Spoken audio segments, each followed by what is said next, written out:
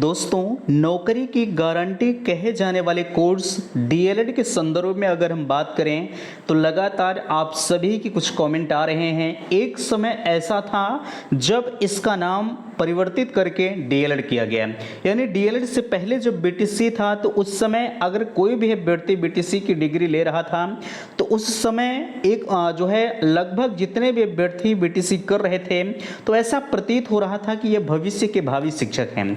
लेकिन आज डीएलएड की स्थिति कुछ ऐसी हो गई है कि लोग मारे मारे ठोकर खा रहे हैं। फिर वही कंडीशंस आपके बीच में यहाँ देख पा रहे हैं, आपके कमेंट आ रहे हैं। हालांकि डीएलएड का क्रेज इस समय बिल्कुल बढ़ा हुआ है, लेकिन क्रेज बढ़ने के बावजूद भी डीएलएड में अभ्यर्थी नहीं मिल रहे हैं। 2,40,000 तक काउंसलिंग प्रक्रिया कराई गई, लेकिन 2,40,000 तक के अभ्यर्थियों में 98,440 अभ्यर्थियों को कॉलेज अलॉट हुआ और बहुत सारे अभ्यर्थी ऐसे हैं जो डीएलएड से तो दरकिनार कर लिया, कुछ लोगों को कॉलेज से नहीं मिला। बहुत सारी समस्याओं का समाधान देखने को मिल रहा है। ठीक है, यहाँ देखिए आपके बीच में हम चर्चा कर रहे हैं डीएलएड एडमिशन 2023 पर।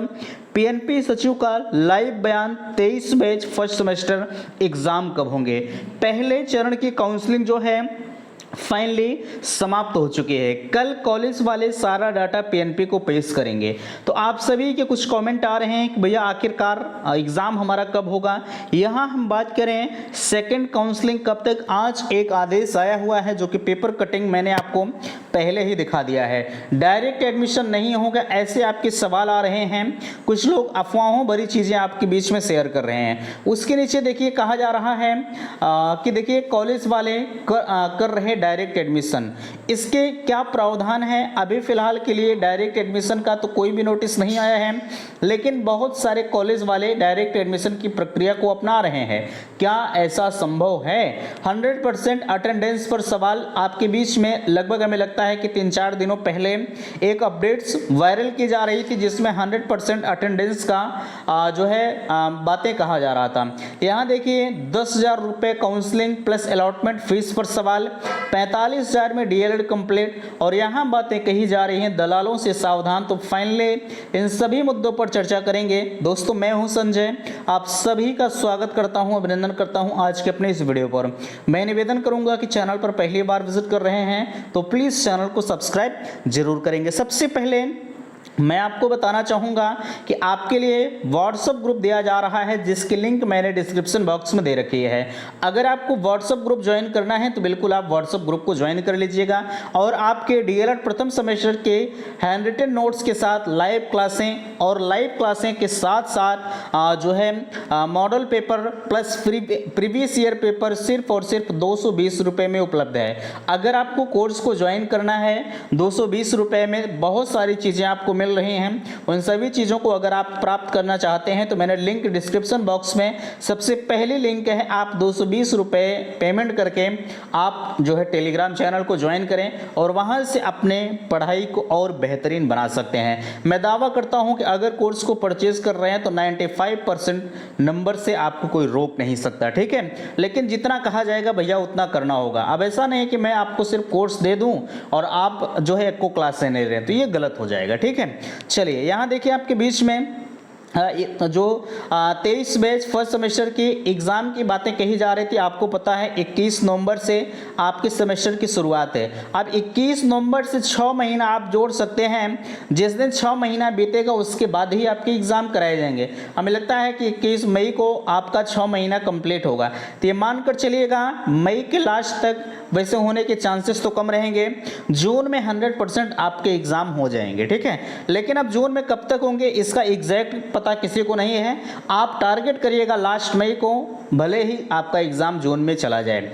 ठीक है, वैसे ये पीएनपी का रिकॉर्ड रहता है कि कभी अपने नियत समय पर ये एग्जाम नहीं करवा पाते हैं। ठीक है, 1 महीने 1.5 महीने इनका विलंब से चलता ही है, ये अच्छा खासा रिकॉर्ड है। अच्छा, इन चीज़ों को छोड़िए, आप मई को टारगेट करते हुए अपने एग्जाम की तैयारी करिएगा। अभी हालांकि आपका सत्र नहीं शुरू हुआ है तो कोई बात नहीं, आप अभी रेस्ट कर सकते हैं। ठीक है, लेकिन आने वाले समय में आपको रेस्ट की जरूरत नहीं पड़ेगी। सेकेंड काउंसलिंग कब होगा मैंने आपको बता दिया। यहाँ देखिए आपके बीच में अपडेट्स भी लगी है सेकंड काउंसलिंग के संदर्भ में।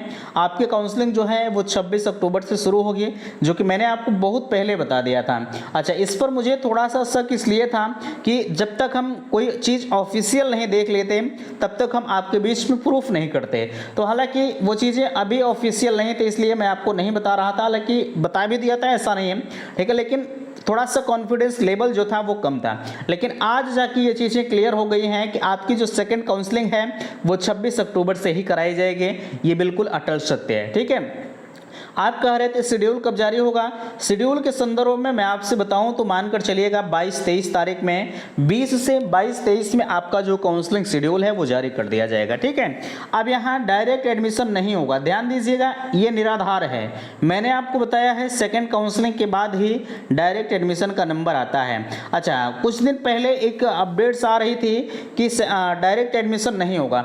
उसमें बात इसलिए कहा जा रहा था कि पीएनपी सचिव महोदय के अनुसार, हालांकि वो चीज़ें निराधार थी, इसमें ये चीज़ें कहा जा रहा था कि जितने अभ्यर्थी डायरेक्ट एडमिशन में पार्टिसिपेट करेंगे वही अभ्यर्थी काउंसलिंग प्रक्रिया में भी पार्टिसिपेट कर रहे हैं। तो ऐसे में डायरेक्ट एडमिशन की कोई भी ज़रूरत नहीं है। वैसे भी जिन्हें एडमिशन लेना रहेगा वो काउंसलिंग के माध्यम से ले सकता है। हाँ, ये बात सहमत हूँ, लेकिन ये चीज़ें आप छोड़ दीजिएगा, डायरेक्ट एडमिशन 100% होगा, आप परेशान ना होइए।